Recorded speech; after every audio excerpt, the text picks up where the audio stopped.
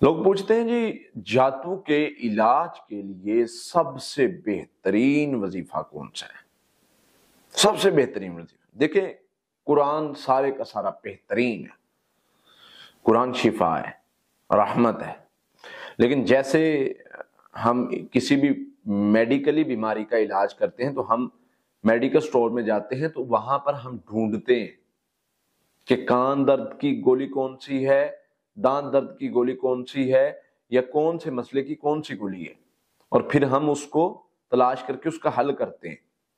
इसी तरह से उसको हम उस प्रॉपर उस चीज को खाते हैं जो उस मकसद के लिए हो।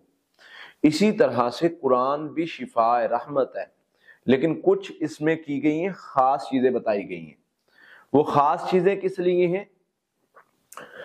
कोई जादू के इलाज के लिए है, कोई बीमारी के इलाज के लिए है, कोई नफ्सियाती मसाइल के इलाज के लिए। वो मैं इंशाल्लाह आपके सामने रखूंगा।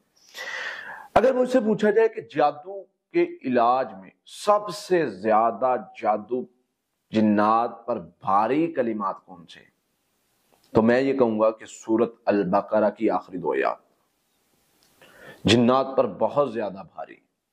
अगर मुझसे पूछा जाए कि जादू को काटने के लिए, दबाए गए जादू को जलाने के लिए, तालों में जकड़े हुए जादू को तोड़ने के लिए कौन सा एक अमल हो जिसको हम करें, गिरे खुल जाएं, जादू टूट जाए, अगर दबाया जल जाए, खत्म हो जाए, कोई एक अमल, तो मैं उनको बताऊंगा कि सूरह फलक और नास।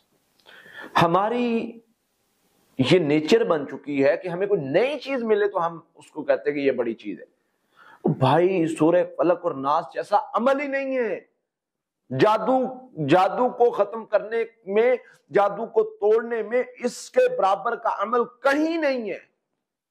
सैयदा आयशा फरमाती है रजी अल्लाह तआला अन्हा, नबी सल्लल्लाहु अलैहि वसल्लम बहुत लंबी पढ़ाइयां और वजीफे और दुआएं पढ़ा करते थे, लेकिन जब से सूरह फलक नास नाज़िल हुई, नबी सल्लल्लाहु अलैहि वसल्लम ने हिफाजत के लिए जो भी अज़कार पढ़ाइयां दुआएं पढ़ते थे वो छोड़ दी और सिर्फ सूरह फलक नास पढ़नी शुरू कर दी। इसमें इतनी खैर है, इतनी खैर, अगर आपको पता चल जाए इसको अपना वजीफा बना ले, तवज्जो के साथ, मोहब्बत के साथ, यकीन के साथ, तवक्कुल के साथ पढ़े और फिर देखें कैसे आपको खैर मिलती है, फिर देखें कैसे आपकी मदद आती है, फिर देखें आपके लिए कैसे खैर के दरवाजे खुलते हैं।